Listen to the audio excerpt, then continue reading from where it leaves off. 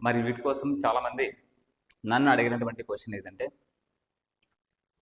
Sir cheat codes గురించి చెప్పండి. అంటే చీట్ కోడ్స్ అంటే ఒక ప్రాబ్లము దానికి ఇచ్చినటువంటి సొల్యూషన్స్ను బేస్ చేసుకొని ఇచ్చిన ప్రాబ్లం ద్వారా తక్కువ సమయంలో ఆన్సర్ ఏది ఉండొచ్చు అంటే ఎలిమినేషన్ టెక్నిక్ అయితే యూజ్ చేసుకోవచ్చు. చీట్ కోడ్స్ అంటే మనకు అక్కడే గమనించవచ్చు. మనం చెప్పాను ఆల్రెడీ, చీట్ కోడ్స్ మనము ఆ కోడ్స్ను చీట్ చేసి మనము ర్యాంక్ తెచ్చుకుంటాం అనుకుంటాం, కానీ మనమే చీట్ అయిపోయి మనము ఎంసెట్ని పోగొట్టుకోగలుగుతాం అనమాట.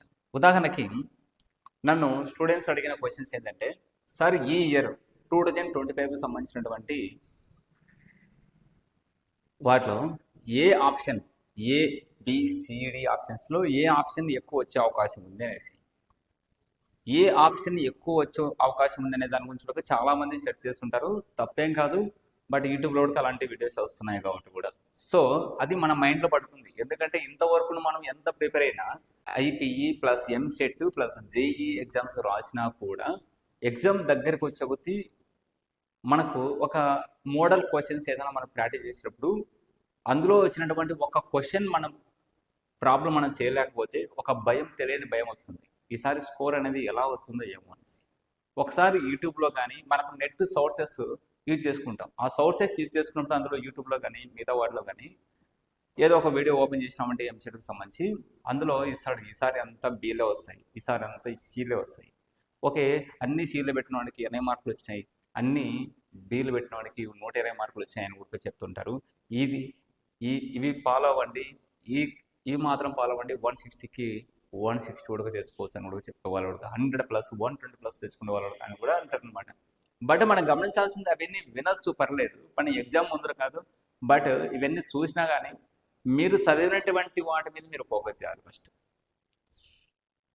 తర్వాత డైరెక్ట్ క్వశ్చన్లోకి వస్తే ఏబిసిడి ఆప్షన్స్లో ఈసారి ఏ ఎక్కువ వస్తుంది అనే దానికి ఫస్ట్ క్వశ్చన్కి ఫస్ట్ ఆన్సర్ అని ఏం చెప్తానంటే, ఆన్లైన్ ఎగ్జామ్స్ కాబట్టి మీకు ఏది ఎక్కువ వస్తుంది ఏది తక్కువ వస్తుంది అని చెప్పేదానికి కూడా లేదు. ఎందుకంటే ఒక్కొక్కరికి ఒక్కొక్కటి ఒక క్వశ్చన్ పేపర్ ఉంటుంది, ఒక్కొక్కరు క్వశ్చన్ పేపర్ ఉంటుంది.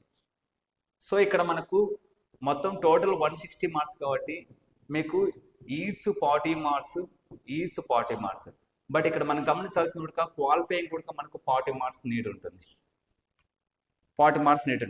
ప్రతి దానికి మీకు క్వశ్చన్ పేపర్ రెడీ చేసేటప్పుడు బీలు ఎక్కువ ఉండాలి, సీలు ఎక్కువ ఉండాలి అలాంటిది అయితే ఇవ్వడు. సో మీకు వేరియేషన్ ఉంటుంది. ఏకి సంబంధించి అన్ని ఏళ్ళు పెట్టినట్టు ఇప్పుడు ఏకి సంబంధించిన ఆప్షన్స్ ఏమొచ్చాయని మీరు ఎగ్జామ్స్ వచ్చిన తర్వాత చూసుకొని కావాలంటే ఏకి సంబంధించిన ఆన్సర్స్ ఏముండొచ్చు, 38 to 45. So 35 to 45. సో ఏదైనా మనకు 35 to 45 ఉంటుంది. 35 to 45 ఏది ఎక్కువ ఉండదు. గమనించండి, క్వశ్చన్ పేపర్స్ రెడీ చేసినప్పుడు ఈ విధంగా కూడా వాళ్ళు ఆలోచించి మన క్వశ్చన్ పేపర్ అనేది రెడీ చేయడం జరుగుతుంది. సో అన్నీ 35 to 45. ఒకవేళ ఒక స్టూడెంట్ ఇందులో ఇచ్చినటువంటి ప్రకారంగా మీకు ఒకవేళ సికి సంబంధించి ఒకవేళ 48 వచ్చినాయి అనుకోండి, ఓకే, ఏమన్నా మనం సాధించినట్టేనా?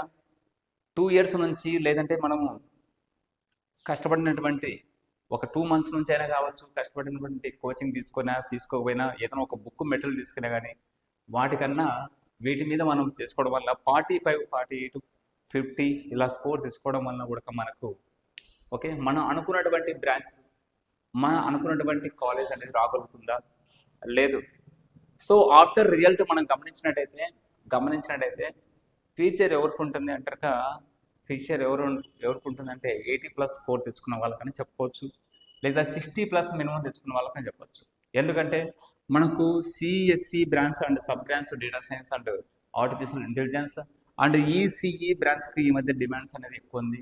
తర్వాత మనము పర్టికులర్గా నాకు AAA కావాలి అనుకున్న వాళ్ళు మాత్రమే జాయిన్ అయ్యే వాళ్ళు ఉన్నారు.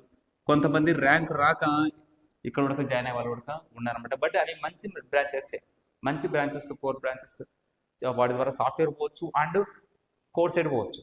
బట్ ఇప్పుడుండే ప్రకారం అయితే కనుక సిఎస్సి అండ్ ఈసీఈ ఆ విధంగా తీసుకుంటారు. ఫస్ట్ సిఎస్సి రాకపోతే ఈసీ అన్నట్టు ఉంది అనమాట పరిస్థితి. సరే, అది కూడా రాకపోతే అడ్జస్ట్ అయిపోతున్నట్టు ఉంది పరిస్థితి. ఓకే, ఇప్పుడుండే దాని ప్రకారంగా ఓకే ఒక్క సైడ్ వెళ్ళారంటే అందరూ ఒకే సైడ్ వెళ్తారు కదా, అదే విధంగా ఉంటుంది. సపోజ్ ఇప్పుడు మనం గమనించాల్సిన విషయం ఏంటంటే మీకు రావాల్సినటువంటి బ్రాంచ్ రావాలంటే ఈ స్కోర్ సరిపోదు, అన్ని ఏలు బీలు సీలు పెడితే రాదు. మీకు ఏదో ఒక కాలేజీలో ఎక్కడో 40 మార్కులు 45 మార్కులు ఈ చీట్ కోర్స్ను యూజ్ చేసుకున్నారంటే ఏదో ఒక కాలేజీలో వచ్చి పడుతుంది, ఏదో ఒక బ్రాంచ్ ఎక్కేస్తారు. ఇక్కడ మెయిన్గా ఏంటంటే మీకు చెప్పాల్సిన విషయం ఏంటంటే, మీకు సపోజ్ 160 మార్క్స్ గాను 80+ వచ్చినాయంటే ఇందులో మీకు నచ్చినటువంటి కాలేజీ ప్లస్ నచ్చినటువంటి బ్రాంచ్ అనేది వస్తుంది. మీకు 60+ వచ్చినాయంటే కనుక 60+ వచ్చినాయంటే ఈ రెండిట్లో ఒక్కటి మాత్రమే వస్తుంది, నచ్చినటువంటి కాలేజీ కానీ నచ్చినటువంటి బ్రాంచ్ కానీ. ఒకవేళ మీకు 40+ వచ్చినాయంటే, అంటే 40 to 60 వచ్చినాయంటే మీకు అడ్జస్ట్మెంట్ అవ్వాల్సి ఉంటుంది, అది గమనించుకోండి. సో 80+ వచ్చినాయంటే మీకు నచ్చినటువంటి కాలేజ్ అండ్ బ్రాంచ్ వస్తుంది. 60+ వచ్చినాయంటే మీకు సిఎస్సి అనుకుంటే సిఈసి వస్తుంది, ఈసీ అనుకుంటే ఈసీ వస్తుంది. సో సిఎస్సి అనుకుంటే సిఎస్సి, ఈసీ అనుకుంటే ఈసీ. యూనివర్సిటీ కావాలంటే యూనివర్సిటీ, లేదంటే మంచి ప్రైవేట్ కాలేజ్ కావాలంటే మంచి ప్రైవేట్ కాలేజీ. సో 60+ వచ్చినాయంటారుగా మీకు ఇందులో మంచి కాలేజ్ వచ్చినాక మంచి బ్రాంచ్ ఉండకపోవచ్చు, మీకు నచ్చినటువంటి బ్రాంచ్ ఉండకపోవచ్చు. ఒకవేళ మీరు ప్రిఫరెన్స్ బ్రాంచ్కి ఇచ్చినట్టయితే మంచి కాలేజీని వదులుకోవాల్సి ఉంటుంది. 40 to 60 వచ్చినాయంటే ఆల్మోస్ట్ అడ్జస్ట్మెంట్ అయిపోవాలి, రెండిట్లో అడ్జస్ట్మెంట్ అయిపోవాలి. ఏదో కాలేజ్లే ఏదో ఒక బ్రాంచ్లే, ముందు ఇంజనీరింగ్ చేరినామా లేదా అన్నట్టు అడ్జస్ట్ అయిపోవాలి. ఆఫ్టర్ ఎగ్జామ్ ఇప్పుడు సపోజ్ ఇది ఎలా ఉంటుందంటే, మనం ఎగ్జామ్ పోయి వచ్చిన తర్వాత ఓఎంఆర్ రెస్పాన్స్ షీట్ మనకు వస్తుంది. ఆఫ్టర్ 27th మనకు రెస్పాన్స్ షీట్ అనేది మనం డౌన్లోడ్ చేసుకోవచ్చు. అందులో క్వశ్చన్స్ రిజల్ట్ అనుకు వచ్చిన తర్వాత మనము ఎక్కడ సీట్ వస్తుందని టెన్షన్ పడుతుంటాం. కౌన్సిలింగ్ పోతే ఎక్కడ ఏ బ్రాంచ్లో ఏ కాలేజ్ వస్తుంది టెన్షన్ పడుతుంటాం. అలా టెన్షన్ లేకుండా ఉండాలంటే మంచి స్కోర్ తెచ్చుకుంటే హ్యాపీగా ఉండగలుగుతాం next 3 months up to counselling వరకు.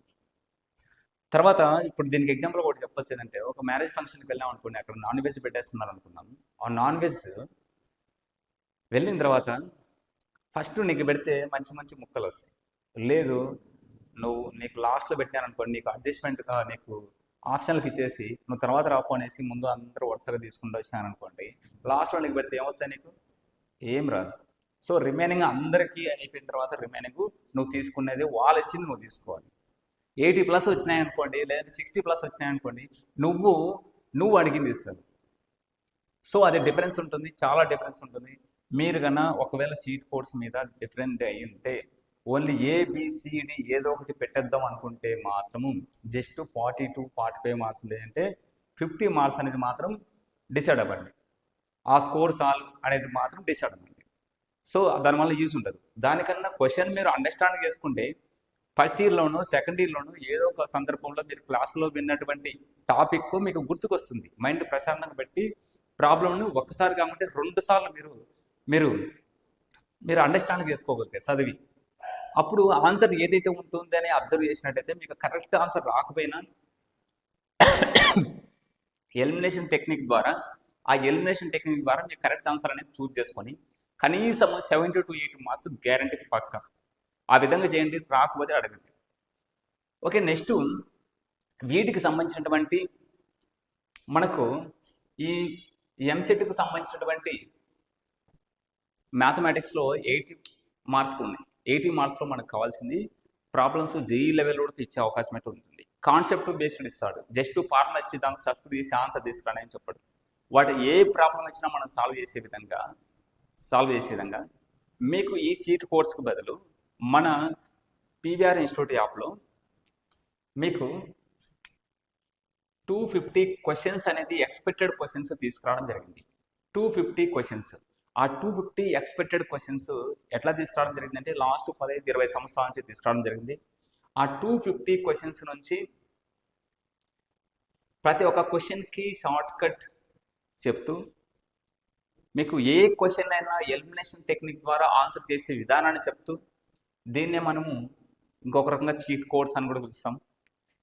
అదే ప్రతి ఒక్క క్వశ్చన్లో చీట్ కోడ్ యూజ్ చేసి, అంటే ఏబిసిడి ఆప్షన్ ఏదో పెట్టండి కాదు, ఆ క్వశ్చన్ బేస్ చేసుకొని ఆన్సర్ చూసానే ఆన్సర్ పెట్టే విధంగా చీట్ కోడ్స్ ఏముంటాయి అనేది మీకు ప్రతి ఒక్కటి చెప్పడం జరుగుతుంది. మినిమం 60+ 80కి మ్యాథ్స్లో స్కోర్ అయితే గ్యారెంటీ తెచ్చుకోగలరు. దీని ద్వారా కాకుండా మీరు మిగతా ఫిజిక్స్ కెమిస్ట్రీలో కన్నా స్కోర్ తీసుకున్నారంటే మీకు తిరుగుండదు. సో మీరు తర్వాత నెక్స్ట్ దాని గురించి ఆలోచించుకోకుండా మీరు కోచింగ్ తీసుకున్నా ఆల్రెడీ, ఒకవేళ తీసుకోకపోయినా ఈ కోర్స్ యూజ్ చేసుకున్నట్టయితే కంపల్సరీ మీకు యూజ్ అవుతుంది. జస్ట్ ఈ 250 క్వశ్చన్స్ సంబంధించి జస్ట్ 250 రూపీస్ మీకు అందుబాటులో ఉందన్నమాట. మీరు దీనికోసం ఏం చేయాల్సి ఉంటుందంటే పీవీఆర్ ఇన్స్టిట్యూట్ యాప్ని మీరు డౌన్లోడ్ చేసుకోవాల్సి ఉంటుంది. సో నేను చెప్పేటువంటి సజెషన్ ఏంటంటే టైం తక్కువ ఉంది, రివైజ్ చేయండి. సో ఈ 50 క్వశ్చన్స్ 250 క్వశ్చన్స్ కూడా యూజ్ చేసుకోండి. చాలా చాలా యూజ్ అవుతుంది, 100% యూజ్ అవుతుంది. మీ రివిజన్కి బాగా యూజ్ అవుతుంది. అదేవిధంగా లాస్ట్లో మీకు మంచి స్కోర్ తెచ్చుకోవడం కోసం కూడా యూజ్ అవుతుంది. మీరు ఇంతవరకు అసలే ప్రిపేర్ కాకపోయినా మీకు మంచి స్కోర్ తెచ్చుకోవడానికి మీరు అనుకున్నటువంటి కాలేజీలో కానీ మీరు అనుకున్నటువంటి బ్రాంచ్లో కానీ జాయిన్ చేయడం కోసం చాలా చాలా ఉపయోగపడుతుంది. వాటితో పాటు మీకు చాలా తక్కువ టైం ఉంది కాబట్టి మీరు ఎటువంటి ఆందోళన అయితే అవసరం లేదు. ఎటువంటి ఈ చీట్ కోర్స్ కోసం యూజ్ చేయాల్సిన అవసరం అయితే ఏబిసిడి లాంటి అయితే ఫోకస్ చేయకండి. సో డైరెక్ట్ రివైజ్ చేయండి అండ్ వీటిని కూడా యూజ్ చేసుకోండి. దీనికోసం పీవీఆర్ ఇన్స్టిట్యూట్ యాప్ని మీరు డౌన్లోడ్ చేసుకోండి. అందులోనే మీరు పే చేయవచ్చు.